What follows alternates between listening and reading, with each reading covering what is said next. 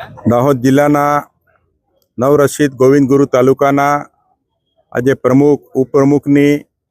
ચૂંટણીના ભાગરૂપે આજે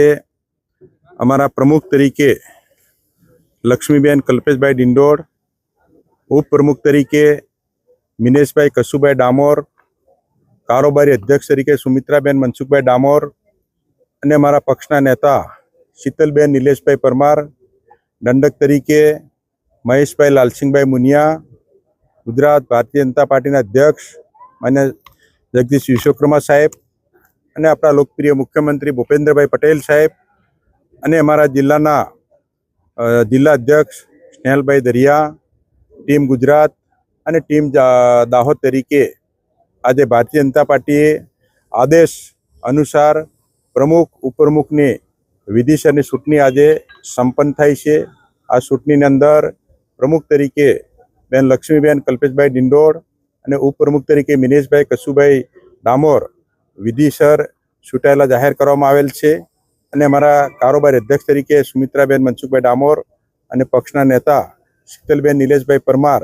અને દંડક તરીકે મહેશભાઈ લાલસિંહભાઈ મુનિયાની પણ અમારી પાર્ટીની પ્રોસિજર મુજબ આજે ચૂંટાયેલા જાહેર કરવામાં આવેલ છે। નવરસિદ્ધ ગોવિંદગુરુ તાલુકો અસ્તિત્વમાં આવવાથી અમારી ટીમ ગોવિંદગુરુ લીંબડી તરીકે આજેથી અમે